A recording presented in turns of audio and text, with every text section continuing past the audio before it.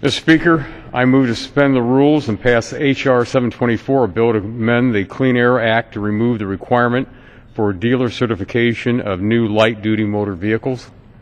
Clerk will report the title of the bill. Union Calendar number 238, H.R. 724, a bill to amend the Clean Air Act to remove the requirement for dealer certification of new light-duty motor vehicles. Pursuant to the rule, the gentleman from Ohio, Mr. Latta, and the gentleman from Michigan, Mr. Peters, will each control 20 minutes. The chair recognizes the gentleman from Ohio. Mr. Speaker, I ask unanimous consent that all members may have 5 legislative days in which to revise and extend their remarks and insert extraneous materials in the record of the bill. Without objection, so ordered. Mr. Speaker, I yield myself such time as I may consume. The gentleman from Ohio is recognized for as much time as he wishes to use. Thank you, Mr. Speaker. Mr. Speaker, I'm proud to be the lead sponsor of H.R. 724, along with my colleague, Congressman Gary Peters of Michigan. This bipartisan bill, which has 106 co-sponsors, repeals an obsolete regulatory requirement that no longer makes sense.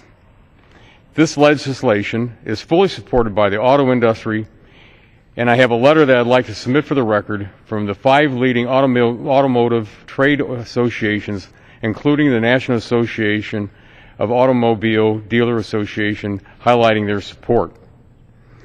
Since 1981, automobile dealers who deliver a new vehicle for sale have been required to provide a certificate to the purchaser indicating the vehicle conforms to the Clean Air Act emissions requirements.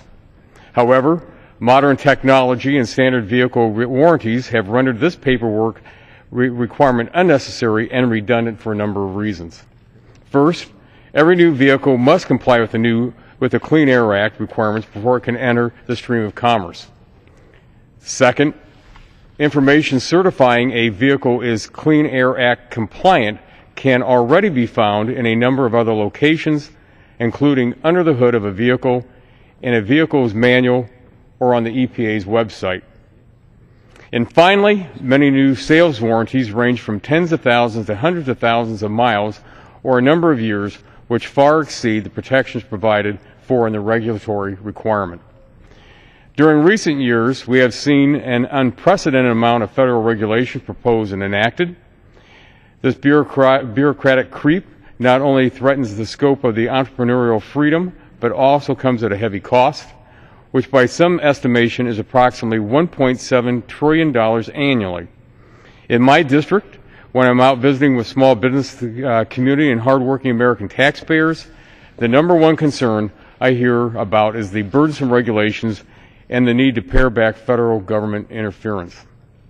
H.R. 724 is a simple, direct, and sends a clear message that small business owners and specifically auto dealers should not be burdened with redundant regulatory requirements.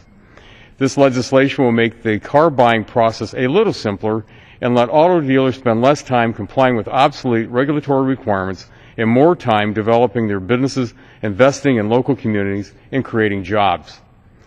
I look forward to continuing to find ways that reduce unnecessary red tape on the small business community. As H.R. 724 represents, this is not only a policy goal both sides of the aisle can agree on, but is a policy goal that can actually get done. I urge support from my colleagues, and Mr. Speaker, I reserve the balance of my time. Gentleman from Ohio reserved. Gentleman from Michigan is recognized. Thank you. I yield myself such time as I may consume. The gentleman is recognized for as much time as he wishes to use. Thank you. I rise today in support of H.R. 724, and I'd like to start off by thanking Mr. Latta from Ohio for his leadership on this issue and for his willingness to work with me in writing this bill. This legislation is simple and straightforward. It cuts red tape for small businesses and allows auto dealers to focus on selling cars and creating jobs, not unnecessary paperwork. This bill also benefits consumers. It is one less piece of paper when buying a car, so consumers can focus on what is really important to them, and that is their purchase. When I came to Congress in 2009, it was a very dark period for our entire economy, but particularly for the auto industry. I will never forget the meeting I had during that time with Chrysler's CEO and his management team. And they told me that they were not only weeks away from bankruptcy, but that without access to government loans, they would not have the resources to reorganize and would have been forced to liquidate the company. A liquidation of any of the major auto manufacturers would have wreaked havoc on the supply chain and dragged the entire industry down with it, eliminating millions of good-paying U.S. jobs. My state of Michigan has helped build our nation's middle class. Our history is proof that you cannot have a strong middle class without a strong manufacturing sector, and you cannot have a strong manufacturing sector without a thriving auto industry. That is why I was proud to fight for Michigan workers and middle-class families and our auto industry to secure the loans that they needed to weather this economic storm. Fast forward to today. Our auto industry is now driving our economic recovery and paving the way to rebuilding our middle class. Vehicle sales are at the highest point they've been since May of 2007, and vehicle manufacturers and suppliers are ramping up production, hiring more workers, and investing in innovation.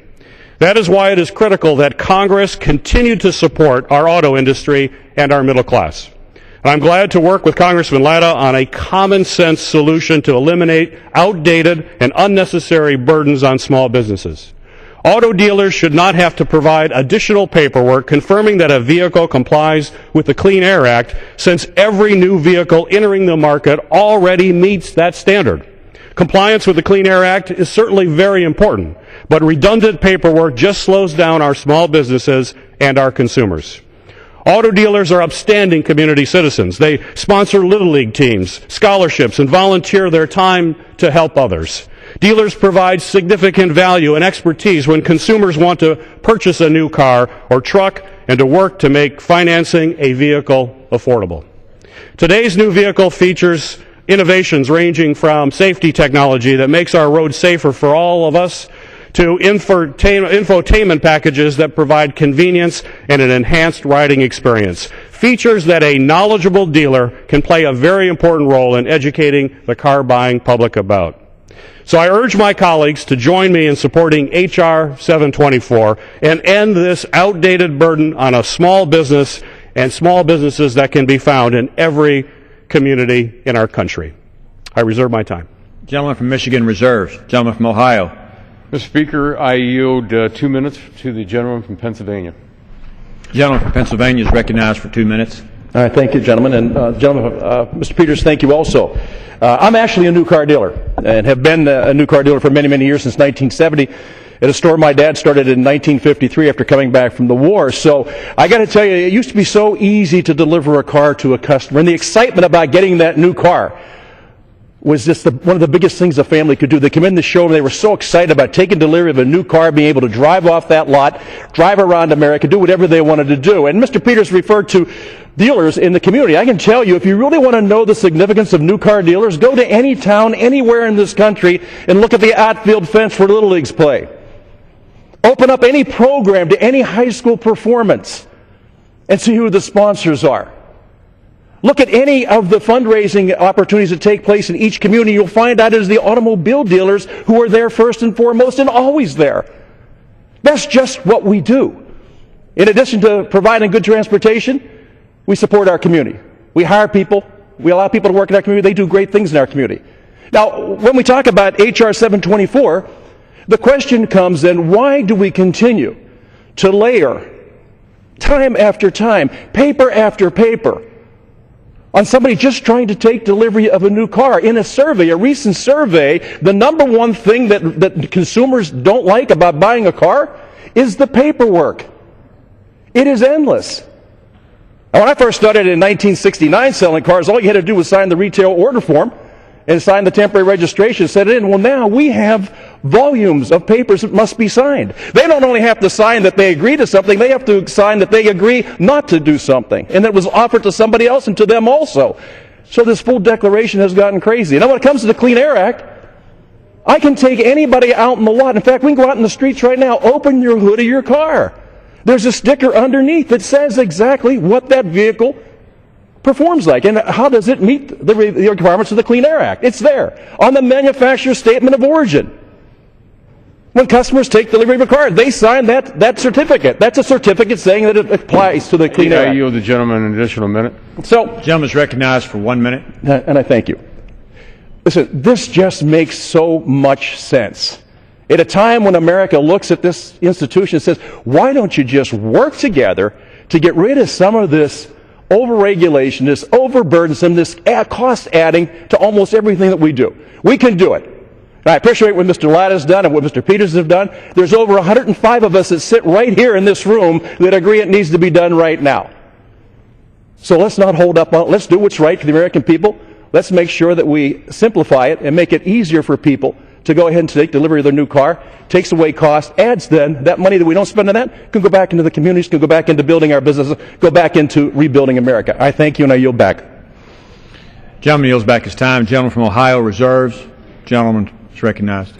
Thank you, Mr. Speaker. I'd like to thank Mr. Kelly for his comments and certainly for his support of what I think is a very practical, common sense bill that deals with an issue that we need to address. And I think it's very encouraging to see us come together in a bipartisan way to deal with this issue in a very common sense approach. With that, I have no further speakers, and I yield back the balance of my time. Gentleman from Michigan yields back. Gentleman from Ohio. Mr. Speaker, it appears that we have no further speakers on our side, and I yield back the balance of our time. Gentleman from Ohio yields back. I ask for the yeas and nays. The question is, will the House suspend the rules and agree to House Resolution 724? Those in favor say aye. Those opposed, no. In the opinion of the chair, two-thirds being in the affirmative. Nays. Gentleman from Ohio. Ask for the yeas and nays.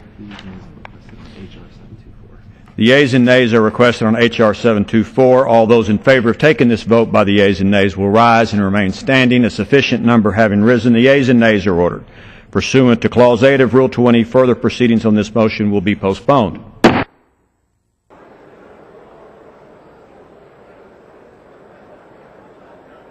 Vote. The yeas are 405. There are no nays. Two-thirds being in the affirmative. The rules are suspended. The bill is passed, and without objection, the motion to consider is laid on the table. The House will be in order.